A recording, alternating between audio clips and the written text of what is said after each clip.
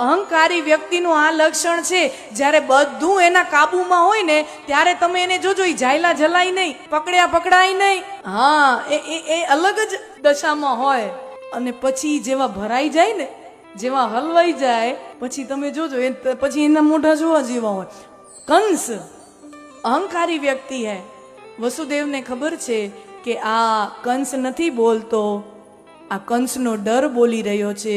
પણ છતાંય જો આવા સમયે પણ જો હજી કોઈ એવી શક્યતા હોય, બે સારી વાત કંસના કાનમાં જાય અને કંસનું જીવન જો સુધરતું હોય, કંસની કુબુદ્ધિ જો સુબુદ્ધિમાં ફેરવાઈ જવાતી હોય, તો ચાલો ને એક પ્રયાસ કરીએ. અને વસુદેવજી સરસ મજાનું સૂચન કરે છે, કંસ, અત્યાર સુધી તે જે પણ પાપ કર્યા ને બધા તારા અહંકારના લીધે કર્યા. તને એમ કે આખી દુનિયા મોતથી મરી જાય અને એક રાજા થઈ ગયો કંસ,